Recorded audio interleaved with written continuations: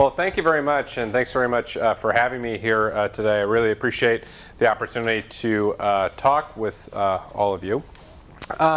I was going to start off by talking a little bit about what I think has changed over the course of the last 20 or 30 years with respect to U.S. energy diplomacy and the fact that we now have some, which is in and of itself a somewhat interesting development, and then talk a fair amount about sanctions. But I'm going to try and do that in like 20 minutes or so that way we can have a lot of back and forth. Does that sound right? To make sure that we can really discuss things and take any of your questions or thoughts that you've got. As I said, I think one of the most interesting points I can make about U.S. energy diplomacy is the fact that for the first time really in 20 or 30 years, we now have energy diplomacy that is not the equivalent of asking people to stop doing things to us. If you go back to the early 1970s, a lot of U.S. energy diplomacy centered around please stop embargoing us from oil, as well as stop embargoing those imports of our friends and allies. A lot of U.S. energy diplomacy over the course of the 70s, 80s, and 90s was actually focused a great deal, I think, on the need to avoid bad outcomes rather than necessarily pursuing positive sorts of outcomes. And this is because of the energy environment that we found ourselves in, where we were wholly dependent on imports coming from the outside, at least with respect to oil. But I think we found its mirror in our larger energy mix, which was still heavily dependent on cooperation, assistance, and engagement from the outside world. And things have changed. I think over the course of the last 10 years, the United States has started looking at energy diplomacy as an area where we have opportunity and where we can engage much more directly, much more positively about not only our interests, but also the interests of our friends and allies. And a large part of that change is the result of changes here in the United States with respect to our consumption and production mix. If you go back 20, 30 years ago, you're dealing with a situation in which we were dependent largely on imports, whereas today that math has started to change. Even then, what is still quite interesting, I think is at least an interesting fact, is the fact that our domestic production of energy is still only equal about 91% of our consumption. So it's even less the fact that we have become wholly energy self-sufficient, as some folks have set out it should be our focus, should be our center star that we all pursue, but rather that we are less subject to the vagaries of international markets, international changes in production than we were in the past. And even this has given us, I think, a change in our opportunity. And I think from that perspective, the real question is, what do we intend to do with energy diplomacy now that we've shifted things back to maybe what they were around the time of World War II, where we had a lot more independence and ability to use energy resources to our national advantage. And we have a very complicated situation because unlike in other countries, here the majority of our energy production is all in the hands of private companies. And so from that perspective, a lot of what we are trying to do from a government policy perspective is to try and encourage and incentivize certain sets of decisions to be made by private sector actors. And we see this all the time, right, in terms of how regulatory schemes are developed, tax schemes are developed, trying to encourage companies to do the things that we think from a national policy level make a whole lot of sense. But when you layer on top of this the need to use energy or the opportunity to use energy for diplomatic activity, you can see where some of the complexity comes in. Because I, as a former U.S. government official, was not in a position to direct U.S. energy companies to make a deal with this company or that company. I was in a position to forbid certain levels of transaction. I could say the United States cannot do energy-related transactions with Iran, let us say, or can't do certain transactions with companies in Russia. But I wasn't in a position to say, Exxon, you must sign up to a deal with Chinese company X. Chevron, you must set up a business arrangement with Brazilian company Y. And from this perspective, the real struggle has been, from a diplomatic standpoint, how do you create room? How do you create incentive structures such that U.S. companies are in a position to move in those sorts of directions and to take advantage of the opportunities that you can set up diplomatically? That's harder. That is harder. That is the equivalent of establishing an environment, but not being able to direct or manage or push in the sort of environment that you necessarily want to achieve. And so from that perspective, if you are in charge of energy diplomacy on behalf of the United States, you have to think pretty creatively about what you're trying to do and how you're trying to do it.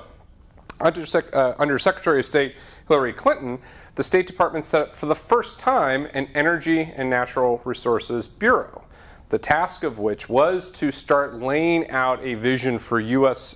Use of diplomacy in energy spaces, as well as to defend U.S. interests in energy markets.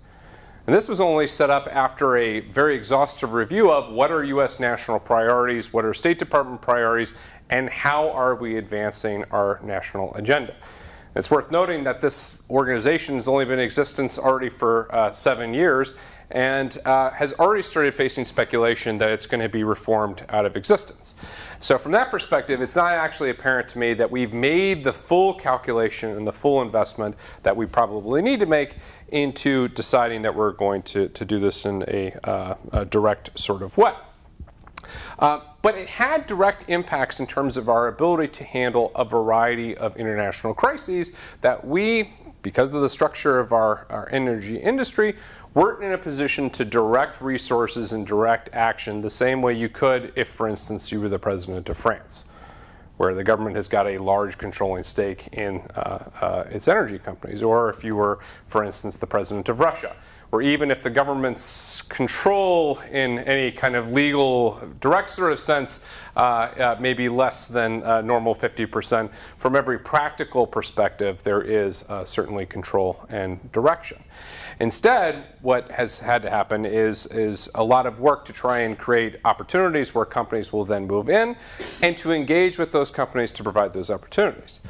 But the other problem that's been confronting the United States is the fact that with the diversity of companies, you also have issues with respect to corruption and competition. In other words, it's very difficult for a U.S. policymaker to sit down and have a conversation solely with Exxon about a great opportunity that might soon be coming up in Iraq, without also simultaneously having to have that conversation with Chevron, without having to have that same conversation with perhaps foreign-controlled and foreign-based companies, but which are operating in every sense of the word as U.S. energy companies, because there are opportunities for European and Asian companies to operate in the United States, to invest in the United States. And the same sorts of issues come up with respect to issues of potential corruption, potential manipulation of markets, which, at least historically, has been something that has been opposed.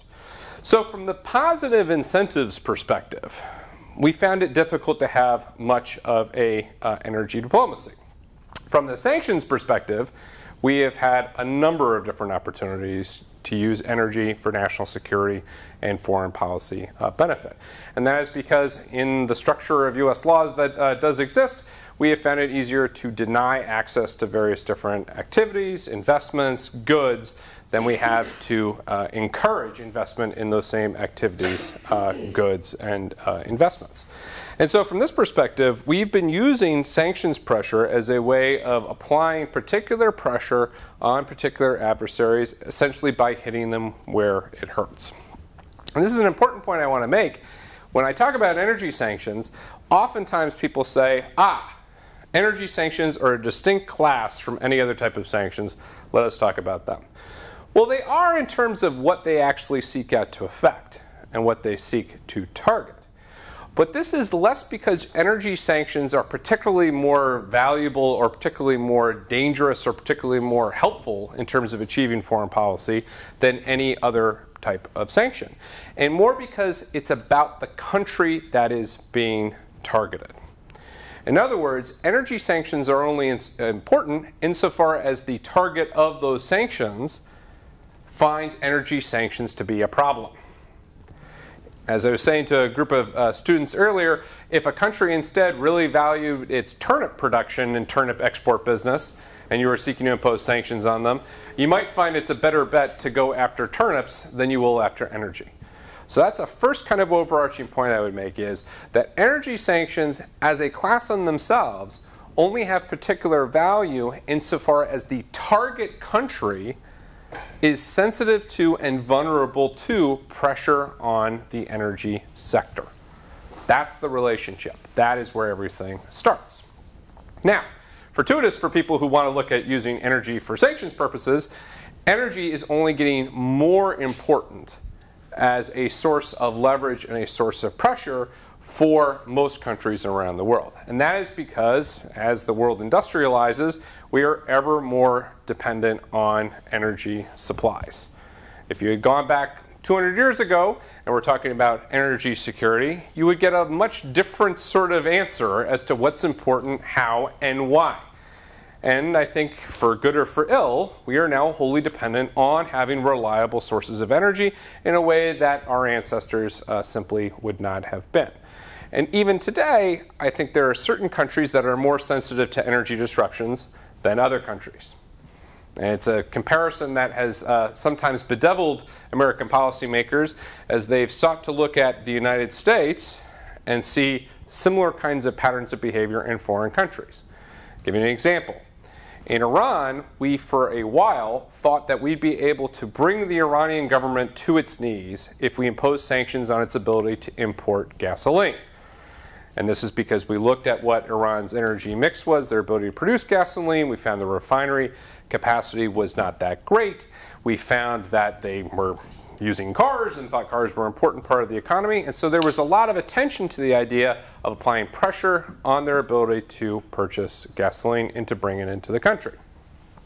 We found, much to our chagrin, that even though we did not think the Iranians would be in a position to produce gasoline if we imposed sanctions on the import of it, that instead they were very prepared to take all their petrochemical plants that they had been using to produce petrochemicals and instead make gasoline with it. Very polluted, toxic, not very good gasoline, but gasoline nonetheless. And even disruptions that took place, while they might have had some degree of short-term political and personal instability, at the end of the day, they did not bring the Iranian government to its knees because it wasn't the kind of problem they weren't prepared to solve, even solve in ways that in the United States we might not have chosen to do.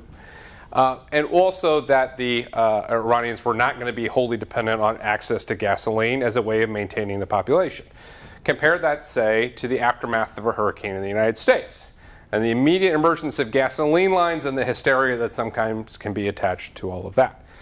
And I would make an argument that if you were to go to some parts of Africa, some parts of South America, some parts of South Asia, you would find a completely different perspective about access to energy and the degree to which impinging upon that is somehow a major hardship, especially for places that don't have access to those same sorts of reliable energy supplies and aren't used to having them. And this takes me to a further lesson with respect to the use of sanctions. Sanctions are supposed to be about denying access to things that are normally permitted. If something is not normally permitted, then it's not much of a vulnerability. The degree to which something is a vulnerability relates both to how important it is for normal life and how used a population is to having access to it. And so from this perspective, if you're looking to target a vulnerability of a country, you have to really truly understand what that country is about. And this is the overarching emphasis of a lot of my work since I left government. It's the main topic of a book that I wrote and released in December. It's getting to know the countries that you're dealing with and getting to know those countries' interests, their values, their culture, their history, but most especially what makes them tick.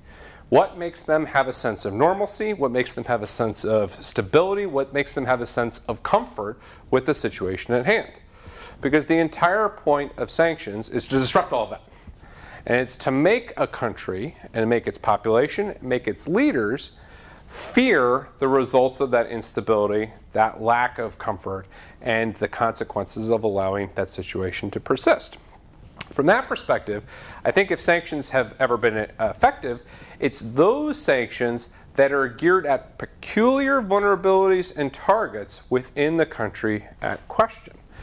But all too often, I would argue, in the United States, we substitute our perspective for what ought to be important and what ought to be of value for what the target of sanctions actually should hold to be of value. It's a problem that is not peculiar to the United States. It's a problem that's also not peculiar to sanctions business. If anybody has studied U.S. intelligence analysis, you're familiar with the term mirror imaging and the degree to which the United States has been trying within its intelligence community to get rid of mirror imaging, which is the idea that you look at somebody else as being the same as you. But it still nonetheless is a problem with respect to sanctions because at their heart they're intended to be psychological. And this is the next point I want to make. When you are seeking to apply sanctions, you are, as I said, attempting to disrupt a sense of normalcy. You're also attempting to set up a sense that things can be better or different if you accede to the demands of the person imposing the sanctions. The whole idea is to set up for decision makers a if-then statement in their heads, where they think, before was fine, now is not. If I do the thing that the sanctioner wants, then things will be fine again, right? And to look at satisfying the interests and the demands of the sanctioning party as something that is in the interest of the sanctioned party. This is a tough trick.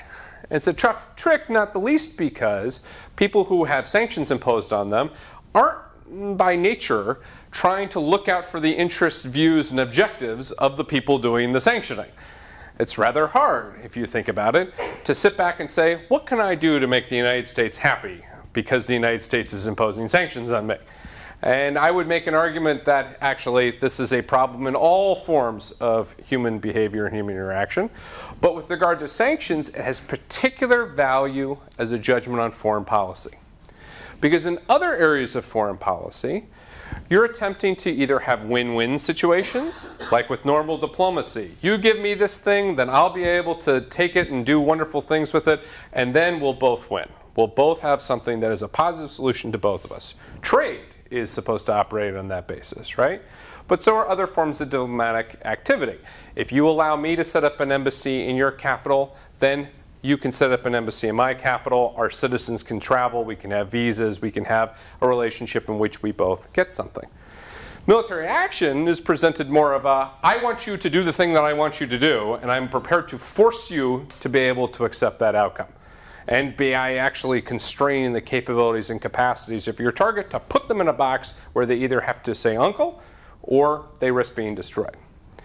With sanctions, you're attempting to kind of square both of these angles, where you're trying to use force, albeit of potentially a psychological or economic kind, to be able to satisfy your interests, potentially directly contrary to the interests of your adversary. You're not setting up a win-win proposition.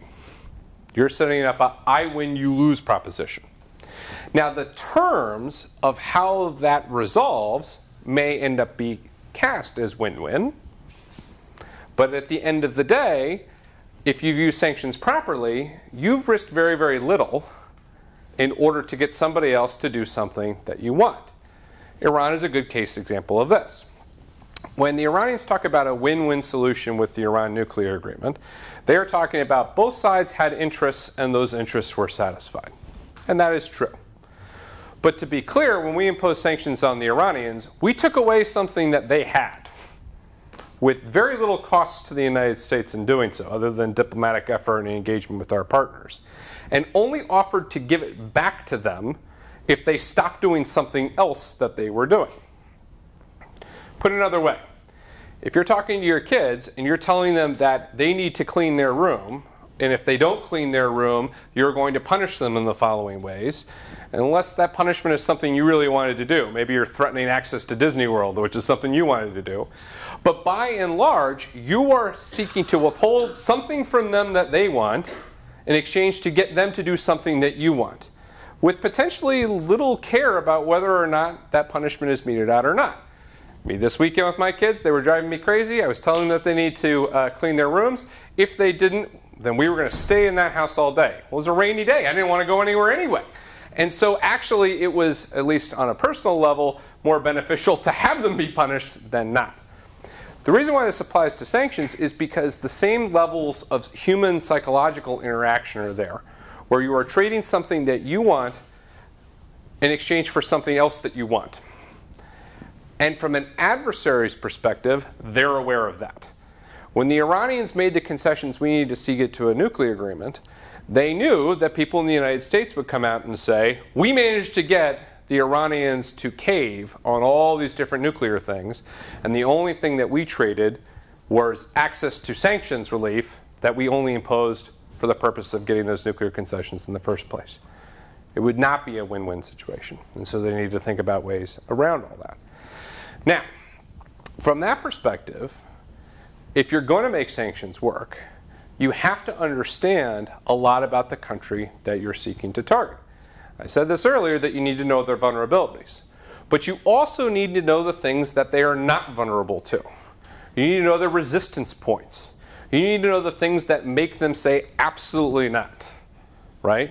You need to understand points in which, in their own thinking, it is better to receive the punishment of sanctions than to back down. From this perspective, you need to know whatever it is that you're seeking to impose sanctions over, how important it is. Is it a vital national security interest? Are you demanding an island? Are you demanding a lot of money? Are you demanding backing down from a military alliance? Or are you demanding access of a consular official to a US citizen that's being held captive in a prison?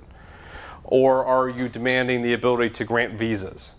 Or are you demanding diplomatic access and the ability to come and hang out at the State Department's Christmas party?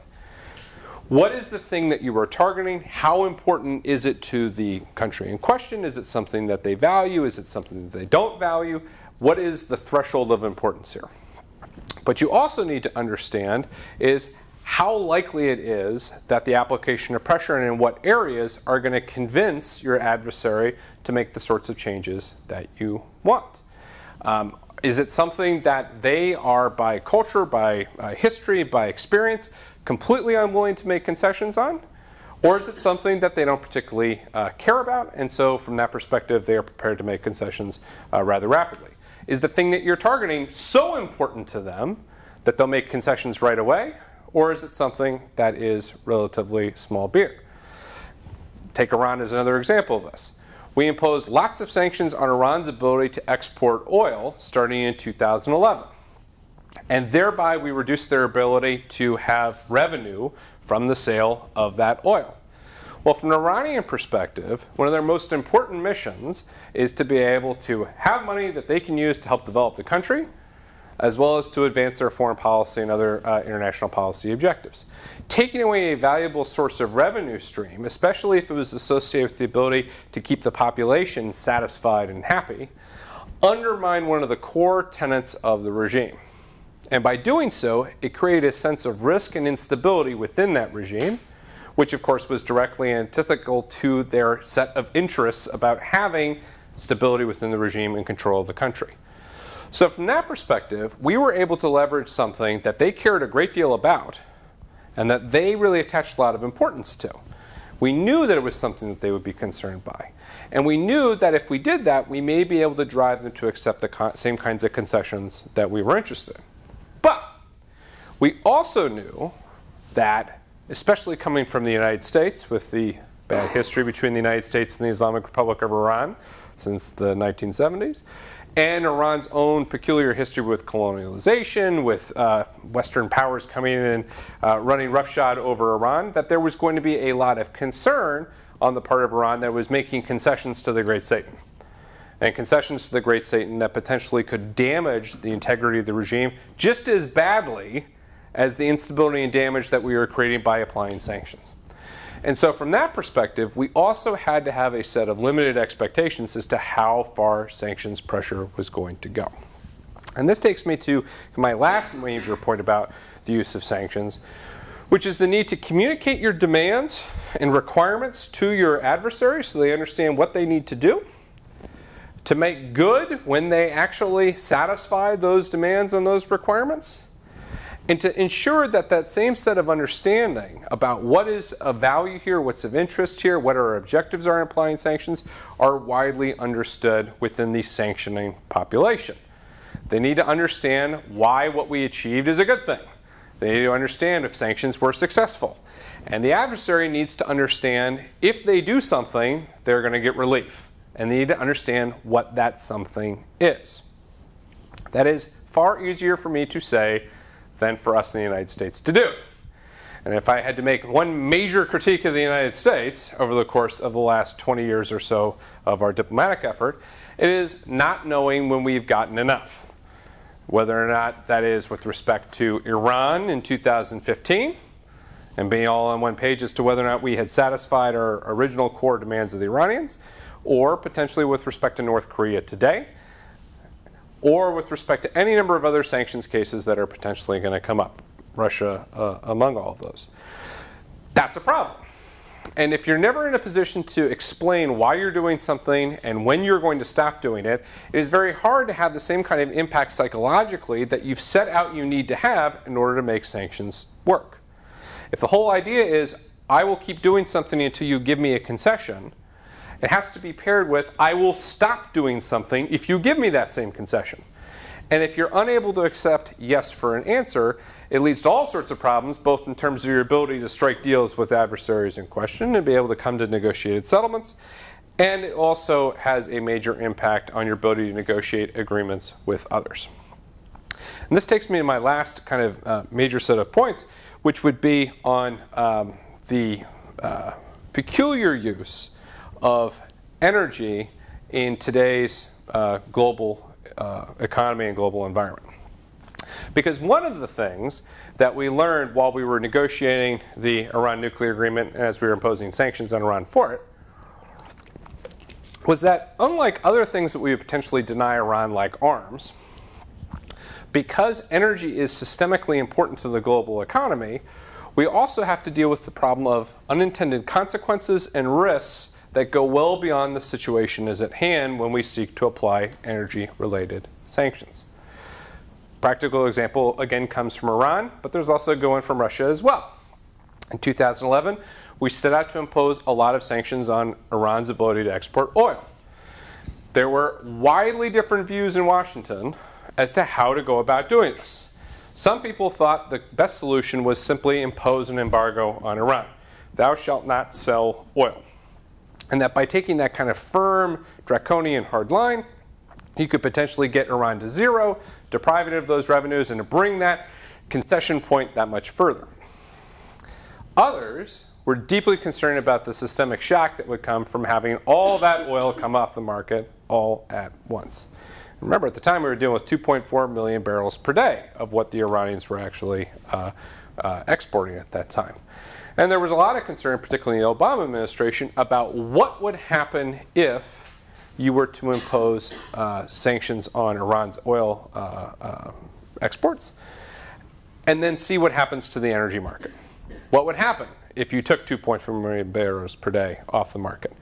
Well, in our estimate, you would drive prices up pretty quickly. You potentially could have shortages, and you'd be very vulnerable to any kind of accident or problem that might happen at some point further down the road. Imagine, as I used to throw out there, we cut off Iran, 2.4 million barrels per day goes away, and then there's an accident at a Saudi refinery, and you lose an additional 5 million barrels per day. What happens then? What happens to prices? What happens to security? What happens to supply? And so from that perspective, we needed to not only limit our ambition to what would happen to our adversary and what our interests were in terms of affecting their psychology, but also what would happen to the international economy, what happened to our international support, and what would happen to even our own economy as we look at and saw the kinds of damage that can be done by taking all that oil off the market. And as I said, I believe that this is in part the reason why energy is a peculiar type of sanction, but all part and parcel of the same problem. We knew that any kind of backlash that potentially would be resonant from a decision to impose energy sanctions could potentially damage our ability to use those sanctions to keep all the pressure on the Iranians. And so we needed to find a way to address that problem that would not have us exposed as the main target of a lot of outraged countries out in the world, and certainly outraged consumers in the United States. And so the decision was made to instead seek a reduction strategy where the Iranians would be allowed to export less oil every single 180-day period, gradually bringing them down, damaging them all the while. The point of saying this is that because energy is something that is more systemically important than, as I said, arms or access to visas or those sorts of things, it is something that builds in its own brakes. But this is part and parcel of a broader issue of needing to build international support in order to have sanctions work. It's not just important because it allows the pressure to be applied on the adversary, but it also means that you don't have the ability for smuggling, for alternative sources of supply, for alternative sources of economic support to creep in and to divert some of the pressure that you're seeking to build. As frankly, we found in the United States to our chagrin when we imposed our embargo against Cuba and then watched the Soviet Union step in and then doubled down on our Cuba sanctions in the 90s, only to watch Venezuela do the same sort of thing. And this takes me to the issue of Russia.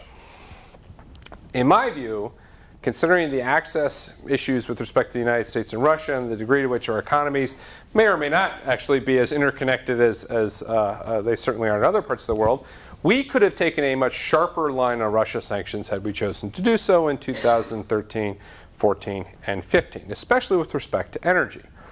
But we decided not to, in no small part because our European partners put a lot of pressure on us to say, whoa, we need to see what would potentially happen to us if you were to try and do this. And it put a lot of constraints on our ability to do what may have been, from a US domestic perspective, the most advantageous and aggressive sort of sanctions that we could have imposed with respect to Russia. All this means is that from an international perspective, if you are going to be dependent on support, both in terms of excluding people from markets that are potentially important, but also to be able to make sure your pressure is always being focused sharply on your target, it requires the level of international engagement, support, and eventually the amount of international diplomacy that only comes with the kind of sophisticated understanding of energy markets and sophisticated understanding of how international affairs operates.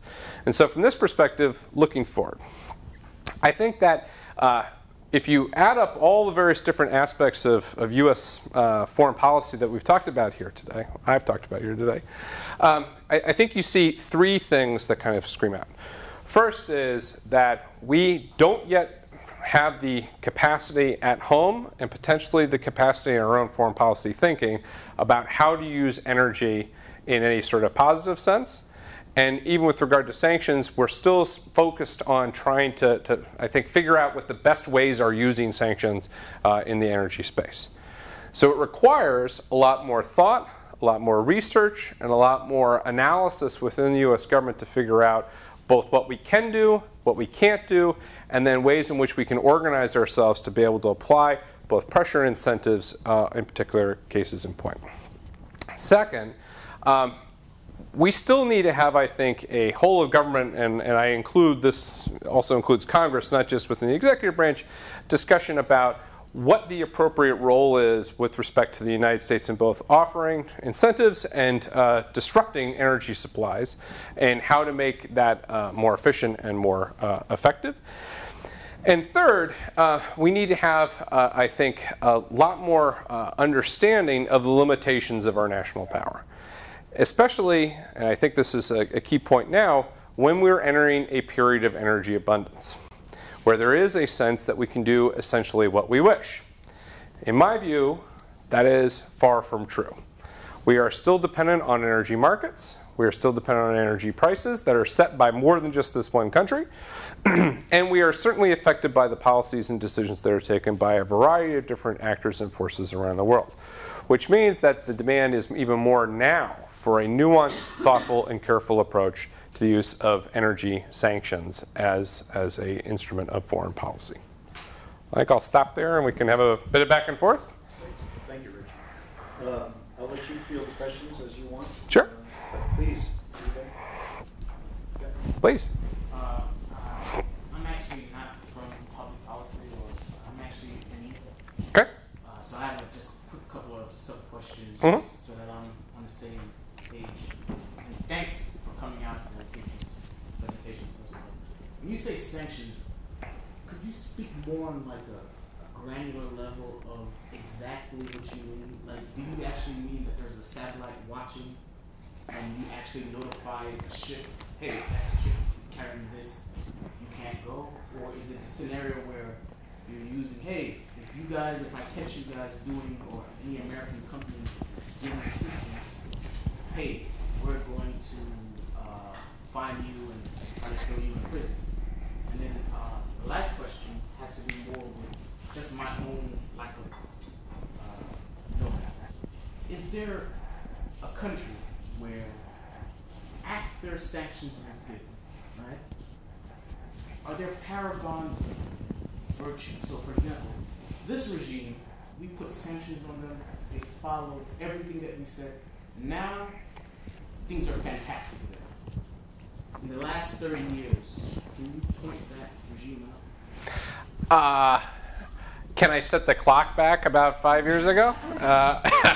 Let me answer the second question first. Repeat that question for us. So are there good examples of sanctions working from a long-term perspective? You know, that we impose sanctions, we got changes, and then people at the other end are poster children that we can point to. That they didn't want to do it, they Yeah. got with our program, and the regime is still there, alive, healthy. Well, I mean, so part of the reason why I want to say dial me back 5 years, right?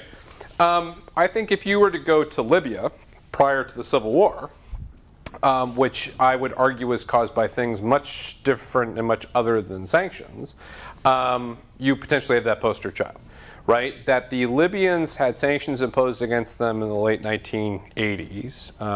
Internationally, we had sanctions earlier in the early part of the Reagan administration. And after a period of sanctions pressure on energy, on other things, the Libyans made concessions. They got sanctions relief, and they had energy companies flowing into Libya to help rebuild infrastructure and all those sorts of things. I think that would have been my poster child of a positive success. Now, part of the reason why I got to dial back 5 years is the Civil War. So that immediately leads you to think, well, if you have a civil war, is that really a good example? Well, let me say two things on that. One, my assessment, and I think the assessment of most folks who look at Libya, is that sanctions did not have a relationship to the Civil War other than it was yet another in a mountain of frustrations that the Libyan population had with their government for essentially doing a lot of crazy things over a long period of time, right? You know, they'd labored under Gaddafi, who changed the rules all the time on what was good practice and bad practice, and got tired of that, amongst other things. So from that perspective, if you're looking for successes where now the regime is happy, that wouldn't count. But I think it's a little unfair to make that our standard, because that implies that we're able to freeze moments of time. South Africa is another example where I would say there was lots of sanctions pressure put on them in the 1980s to make lots of changes.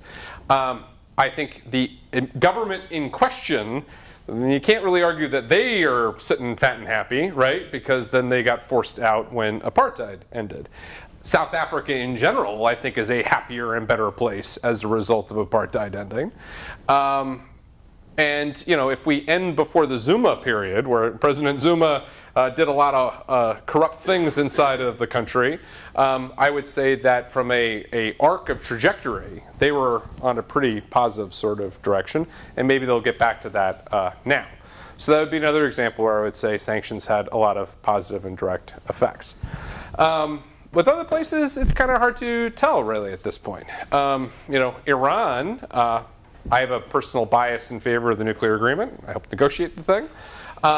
I think could be an example, if the agreement is fulfilled and satisfied, of a country that is better off for having gone through a period of sanctions pressure, if that helps to result in more positive changes. That's a controversial statement, though, and it's one that I can't prove standing here today. To your bigger question about defining sanctions, and I appreciate that. I should have started off with a little bit more definition. When I say sanctions, what I mean is taking something that was normally permitted and making it not permitted. That's our baseline definition. That's the definition I use in my class. It's the definition I use in my book. By and large, we shorthand sanctions in this country to mean like 5 different things. What I mean is the system of rules that make that thing that was allowed not allowed. That's what I would define as a sanctions regime, right? Where you have said, here's a constellation of rules and laws that take what was normal and makes it not normal, right? And makes it prohibitive.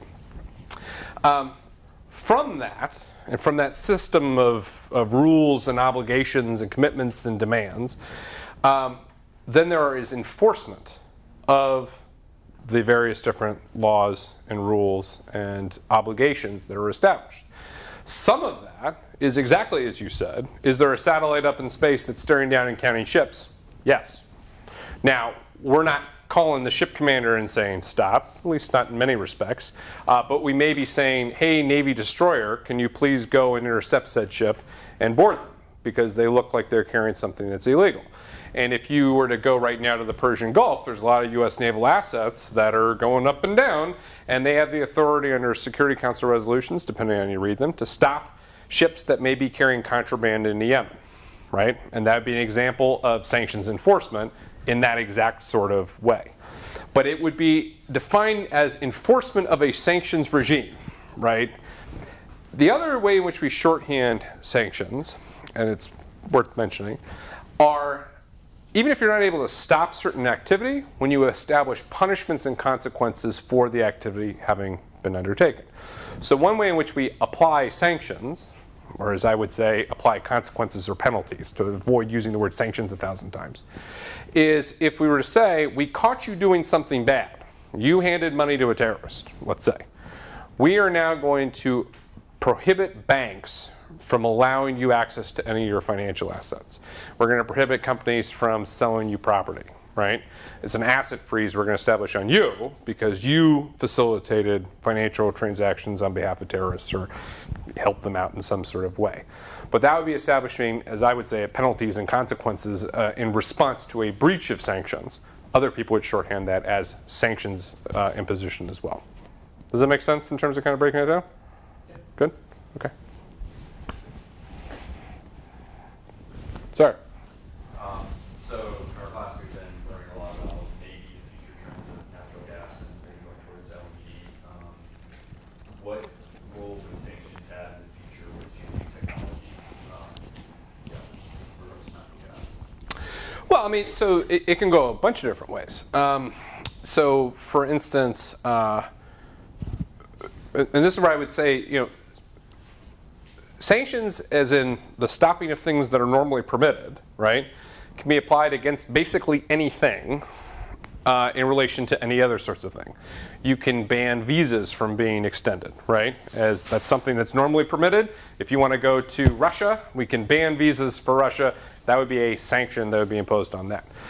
The same thing could apply with regard to natural gas, right?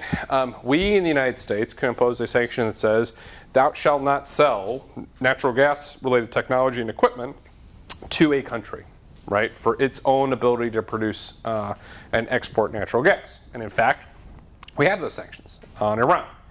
And it's one of the reasons why the Iranians have found it almost impossible to develop liquefied natural gas, because for a very long period of time, the US essentially held all the patents, or US companies held all the patents associated with liquefied natural gas. So from that perspective, strict technology deprivation strategy, you know, it really then is more of a question of who holds the patents, who's got the control of the tech, right? If I were to attempt to impose sanctions on somebody for selling pencils, that's not going to go very well, right? Because more than enough places can make pencils. But if you've got a particular edge on a technology or an idea, an innovation, a concept, well then yeah, you can limit access to that as a way of imposing a technological sanction, as I would define it. In terms of access to natural gas, that really goes to a question of what are the particular vulnerabilities and requirements of the country that is in question, right? Some countries are going to be more vulnerable to a US sanctions strategy than others. If we're talking about direct access, right? The US could say, we are not going to export natural gas to country X. And depending on what country X is, that actually could have a bigger or lesser effect. If we were to impose that with respect to Mexico, right, or energy sanctions more generally with respect to Mexico, that actually potentially could have a major effect considering the cross-border trade that takes place. We'd also suffer some consequence attached to that as well, but we could still do something. In other places, take Europe as an example of this. There are potentially multiple different suppliers from multiple different access points, and so imposing sanctions as one entity on any one particular aspect of that may or may not be easier or harder. But that's less of a can you do it and more is it a smart idea to do it, right? Is it a vulnerability that is actually exploitable and damageable as a result of your decision to impose pressure against it? And it's here that it's worth talking about a distinction that exists really only in US sanctions policy. It doesn't exist in other countries' sanctions policy, which is the difference between primary sanctions and secondary sanctions. Has everyone ever heard of this term before? Anyone? Primary versus secondary? Okay. Like I said, it's only peculiar to the United States, and you'll understand why when I say it in a minute. Primary sanctions are when we say, you may not do business with us, or US persons may not do business with you, right? If you're Germany, and I'm the United States, I can say, we will not do business in thing X with Germany anymore, as a primary sanction, US to foreigner, right? Secondary sanction is when I say, you, Germany, are not allowed to do business with you, India, and the following things. And we basically say, if you, Germany, do business with you, India, on this thing, you, Germany, may not have access to the United States, right? Now, I'm using country terms. Most of the time, we're talking about companies. If Siemens is exporting nuclear reactor technology to Iran, let's say, we can say Siemens may no longer have access to the United States, right? Because what we are saying is your trade, your secondary trade, your non-US associated trade is something that we consider to be a national security risk for us. And so we're going to leverage the power of the US economy and the attractiveness of being engaged in it against your interest in doing business with the Iranians, okay? I said this is peculiar to the United States. It doesn't actually have to be, but we're the only country really at this point that has ever tried to do this sort of thing. You can look at the Arab-led boycott of Israel as maybe being an example of them trying to use this kind of secondary pressure. Certainly with respect to the oil embargo, you could describe that as a use of secondary sanctions pressure, but it's very rare. We're the only ones who really have done it. And that's in part because of our economy and the fact that we have got a very large, robust economy that people want to do business with. It's also because we have an interest in telling other people what to do that other countries may not share.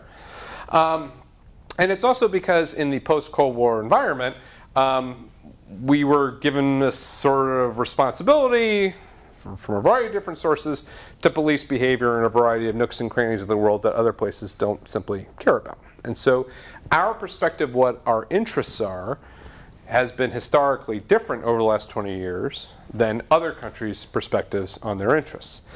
I think that you're going to see more secondary sanctions emerge in the next 20 to 30 years. And you all should pay attention for this, because it's all going to affect you. For instance, China has increasingly started using this threat of secondary sanctions to say, if you do business with Taiwan, you can't do business with China. With the idea, basically, to choke off Taiwan such that the Taiwanese say uncle and then agree to be folded back in a political sense into mainland China. The Russians have talked a little bit about doing this. They have not yet really pulled the trigger on it, although it's been something that they've discussed, and that's in part because their capacity isn't so much there.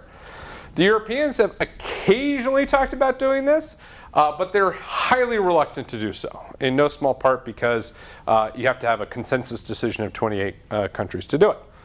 But I think as the world becomes more multipolar economically, and as you have new economic centers start to grow, and especially if war continues to be something that countries tend to avoid while seeking leverage that can be used in diplomacy, you're going to see an interest in using more secondary sanctions tools. China is likely to start off this, but I think from that point it'll potentially spread. It'll be something that a lot more countries will seek to do.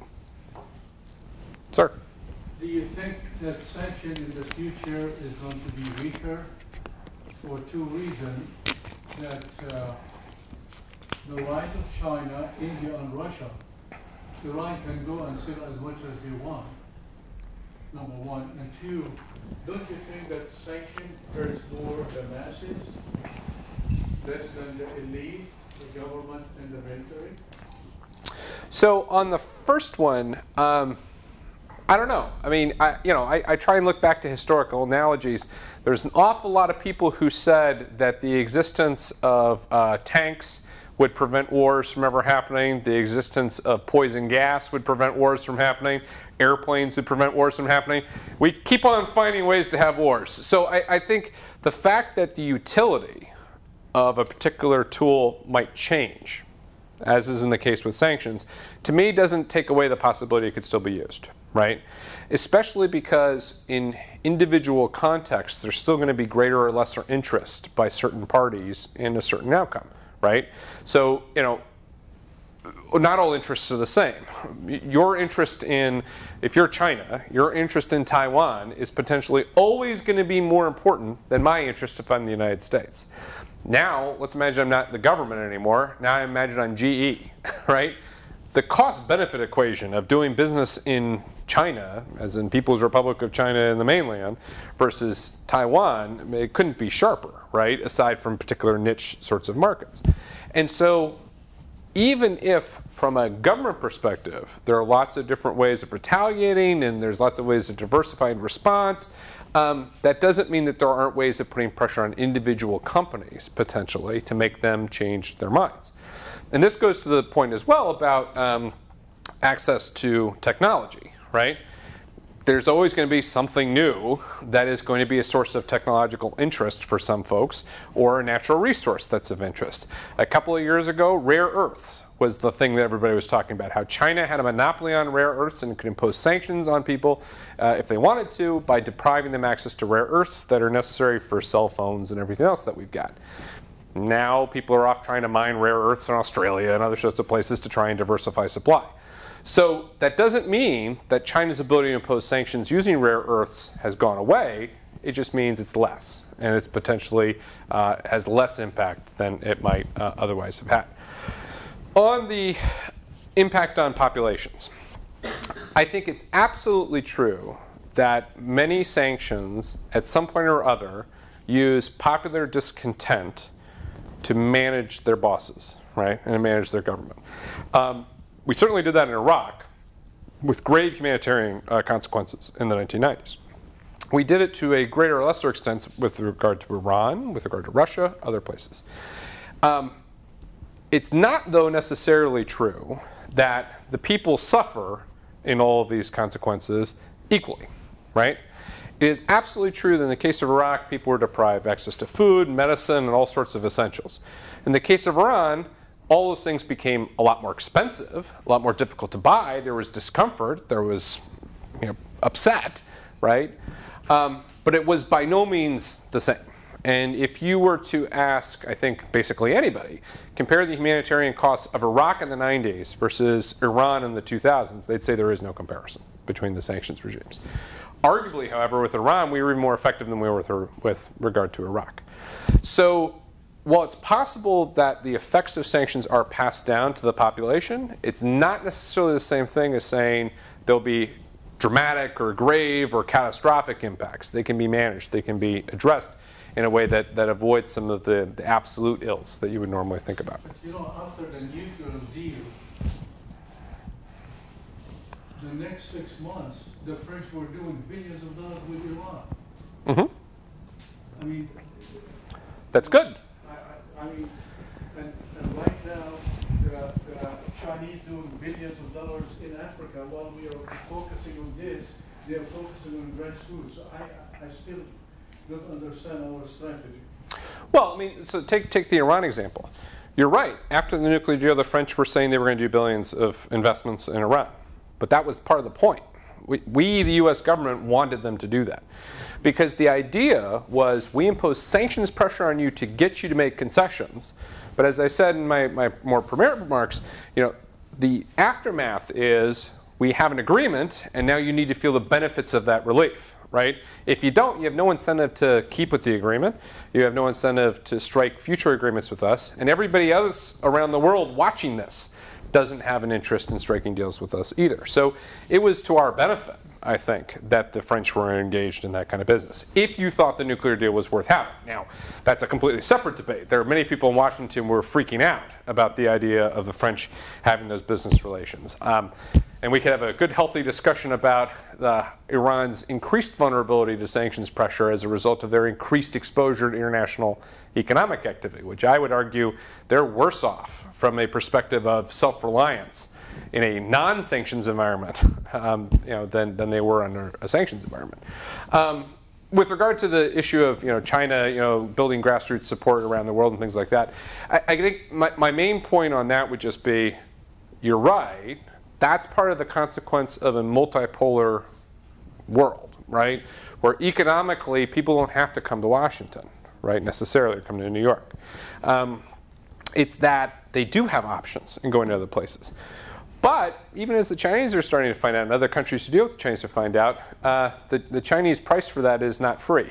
And so it's not necessarily the case that just because that's happening, it means that we lose the ability to have influence and access around the world. It's different than it once was. Just as it was different when the UK was still a global superpower. Richard, I want to pick up the point here, and it was related to the previous conversation we had with you. I wanted you to maybe talk a little bit about the differences in imposing sanctions and relaxing and removing sanctions in the energy sector versus other sectors like the financial sector. Any kind of observations that, getting back to some of your prepared remarks about differences in the energy sector, and especially with respect to getting them on board, what are the kinds of things that matter? Is it affecting market share? Is it about price? Is it about whatever? And then with removing them, how quick are they to snap back for the opportunities versus the financial sector? Yeah, no, it's a great point. And I think it affects how implementation both of sanctions and how relief happens.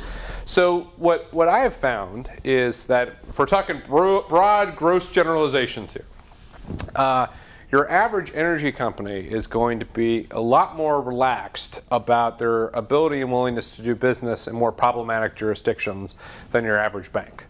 Now, this might come from the fact that most of your energy companies already have to do business in problematic jurisdictions. As I was talking about with one energy company executive, he said, you find me a place where we're producing oil in which we don't have some sort of political turmoil, right? There are very, very few, and very few where you don't have some sort of risk that you're either going to have to deal with expropriation or new regulatory issues or actual civil wars and violence and those sorts of things. And so the argument that has basically been made on the back of that is your average energy company is used to dealing with more problematic jurisdictions, which means that when sanctions come off, they're also more used to stepping into those sorts of riskier environments. They're a little bit more prepared to be cowboyish, in dealing with those sorts of consequences, kind of with fluidity and being willing to accept risk in a way that other people aren't.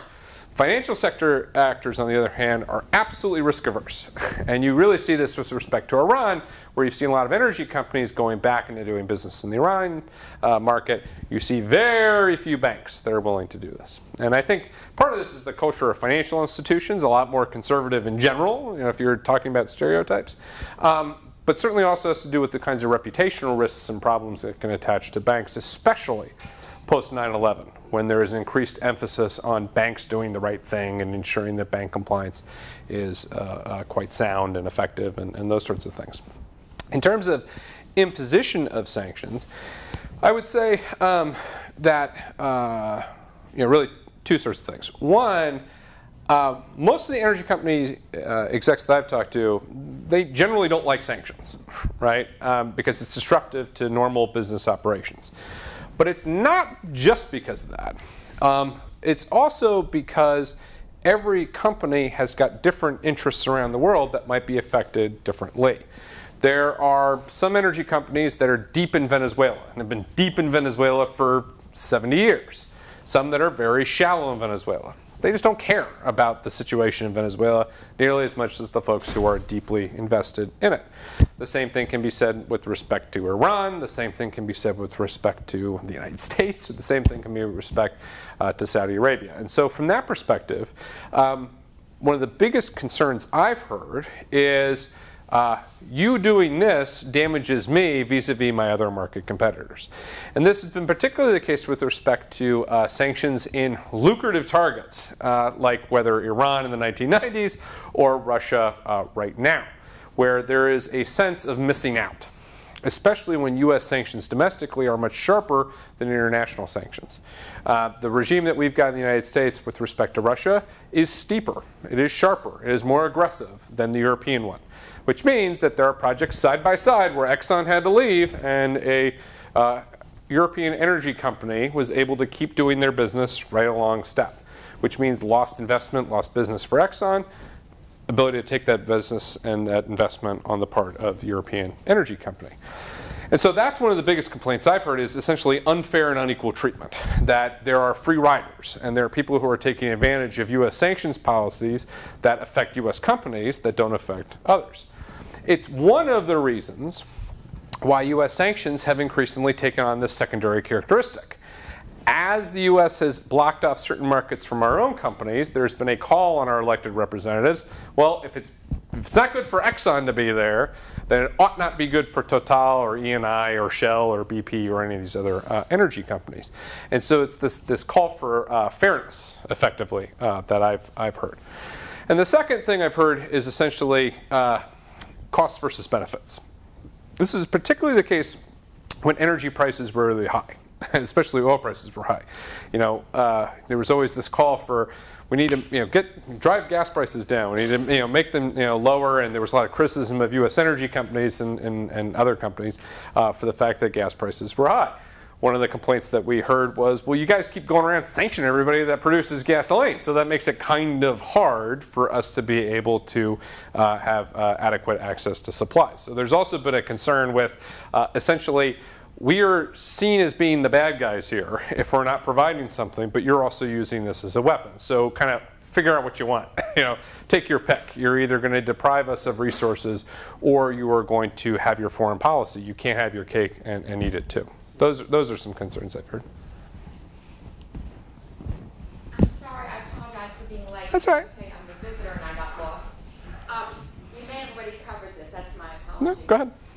So following up on Dr. Stolberg's question, so Europe was very dependent on Russia for their energy supplies. I think particularly natural gas that they're dependent on. So that's a form of pressure on Europe. Why should we be more concerned than Europe is about Russia's behavior? In other words, they have more to lose than we do. So why should we be in the lead? I'm interested in better relations with Russia. Yep. I feel we have bigger fish to fry, such as restraining nuclear proliferation, terrorism, that we need to work with Russia, and we seem to be slipping back into more of a Cold War mentality. So I'm wondering, if you were asked to advise the National Security Council, what should our sanctions policy be toward Russia at this particular time? I don't know that you'll like my answer. So let me first start by answering your first question, which is, why should we care more about this issue than Europe cares? And in fact, it's a criticism I've heard from a number of European friends and colleagues who basically put it that way. Americans talk a lot about European energy security, but we're not so concerned, so why are you guys more concerned than us? And the simple answer is that twice in 100 years, we've had to send an awful lot of people to Europe to deal with security problems that are there, and we don't want to see that happen again. I do think that Russia, as it stands today, is much more of a revisionist power than really is good for anybody's security. I think that if you look at Georgia, if you look at Ukraine, you look at a variety of other smaller issues over the course of the last 20 years or so, you see a Russia that is attempting to regain some of the glory that it had back during the Soviet Union. And that's problematic from the standpoint of a number of these countries being partners and friends of the United States, particularly countries that are now part of NATO, where we've got direct security obligations that we've signed up to if they are ever under attack coming from Russia. I think that what the Russians have done over the course of the last 10 years is increase my sensitivity that they might be moving in those directions in the future and that they have some ambition that way. Beyond Ukraine and Georgia? Those are Yeah. not members of NATO. We flirted with them. Yeah. But beyond, so you want to stop them where they are now? Correct. And if you look at the Baltic countries, for instance, if you were right now to fly to Tallinn and go talk to an Estonian official on this, I think they would say, we are absolutely terrified that we are going to have Russian troops in irregular outfits operating here just as they've been operating inside of Ukraine. I mean, it's a very real concern to a number of these countries, especially when you consider their history. You know, they've had 100 years of operating under a foreign domination from Moscow that they got out of in the 90s, and they're not really keen to go back under that. From my perspective, the value of sanctions pressure, as well as other instruments, is that we can send the kinds of signals to Moscow that we need to basically head off all of this, and to both deter them from taking additional steps and also to reassure our partners and allies that we're going to be there. It's the old problem that you remember from the questions used to be asked in the 70s and 80s, are you going to trade Chicago for Paris, right? About where is the United States going to be if the chips are down. That we're also building our credibility, but we're also signaling to the Russians, don't even go there. This is not a fight that you want to engage in. It will be as bad for you as it will be for us. From that perspective, I think that continued sanctions pressure actually is contributor to peace in Eastern Europe. We have the sanctions right now. The policy we have now is correct, from your point of view. Well, so this takes me to the second point. I don't think that the sanctions effort we have in place right now is sending the right kinds of signals to Moscow, particularly because our present administration is not implementing its authorities as it can and arguably should, according to law. That's less of a let's talk bad about the Trump administration and more of a baseline. If you take away who is president, to completely dismiss that, if we're talking US on Russia, if their perception is that the current administration is not going to take a tough line with regard to imposition of sanctions tools that exist, and has taken at times a softer line with regard to Russian involvement in places in Eastern Europe, those send signals to Moscow that I think are not to our advantage. So if I were advising the National Security Advisor, I'd be saying we need to strengthen Russian perceptions of our credibility, which means that we need to be talking much more to our European allies about how we avoid European energy companies taking advantage of American companies when they are investing in energy activities that our companies can't. We need to harmonize our sanctions policies such that we in the European Union are on the same page. And then take all of that pressure and engage in a serious diplomatic effort with the Russians. Right? It isn't just because we're trying to push the Russians back, it's we're trying to push them back for a reason, which is to then turn quickly to having a real conversation with the Russians about what the security and stability of Eastern Europe ought to look like from our perspective and what our interests are and what our concerns are. So it's not a we need more pressure on Russia, period. We need to reinforce the pressure we have for the purposes of having a serious and sober discussions with the Russians on the security concerns we see in the region. That's what I would do. We've got about 5 minutes, maybe why don't we take a couple of these questions? Sure. Please. I live in Venezuela most of my life. What's your stance on the situation there? I mean, do you predict any furthering of secondary sanctions or the oil embargo anytime in the near future? Okay. Let's add one thing, because today they announced oil-backed Venezuelan virtual currency. Oh, did they? I didn't see that one. Okay. So my question is similar, but you talked a bit about like ownership mattering for energy diplomacy, and for in terms of responses to sanctions, do you see a variation based on different ownership? So whether it's the national oil companies or like international oil companies, or if because the IOC is a U.S.-based IOC, if there's a variation in that response as well. Okay. Is there anybody else? Last 2, 3. call. What was the name of that organization that was going to be reformed out of existence that you mentioned in the beginning? It had to do with prioritization of the national security interest with regards to... Oh, it's the energy. Oh, ENR. Yeah. Okay. That's the Energy and Natural Resources Bureau at the State Department. Which it's unclear, just to finish on that, it's unclear whether or not that's going to happen, but one of Tillerson's proposals was basically to take that entire bureau and subsume it into the economics directorate, effectively, at the State Department, but it would make it smaller. And it's a little hard to explain for, how many folks have done internships or other things in Washington? Anyone Washington experience? Yeah, okay, a couple folks. So it sounds really inside the Beltway, and it kind of is, but if you're an assistant secretary at the State Department, that carries a heck of a lot more weight than being an office director at the State Department, right? That's a rank and privilege thing, but it also means when you go and talk to foreigners, you can level up, right? And you can talk to deputy foreign ministers as opposed to other sorts of folks. So it's not just that where an office or organization exists in the State Department, it's where its rank is, where its priority is, it's whether it's seen as being a heavy hitter or not, which is one of the concerns. It may exist as an organization, but if it existed as an organization in the bottom part of the org chart, that's a different sort of problem than existing in general, if that makes sense. Is there anybody else? Okay. So on Venezuela. Well, a couple of things. I mean, on where I stand versus where I think we stand, because I think those are two separate things. I very strongly believe that there is no role for sanctions now in affecting Venezuelan political change, effectively. I mean, I think that for the U.S. to impose additional sanctions on Venezuela now risks to turn this into a propaganda victory for the Maduro government, which I don't think is advantageous to opposition voices inside of the country. And those folks who I know and have talked to who are close to opposition leaders have basically said that it is not helpful for the Americans to lope on in there and to help Maduro turn this into a Yankees issue again. I think, therefore, if there is any more U.S. sanctions, it should come only as a result of a broader hemispheric-led effort. You know, if you've got other countries in the region who are saying we collectively are going to impose costs and pressure on Venezuela, then the U.S. should join that, and we should take up our responsibilities as part of the hemisphere. But I'm very concerned and reluctant about us turning this into a political win for Maduro, especially considering everything that's been going on in the country in the last 10 years or so.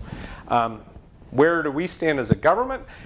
I think that's the reason why you haven't seen any sanctions to date that target things like oil. I think the fact that we got a oil man as our Secretary of State may have had something to do with this as well.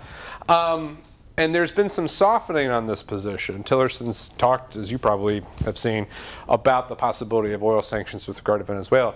It's interesting, though, he's also talked about lessening the impact, which means avoiding the unintended consequences on the Gulf Coast and U.S. actors.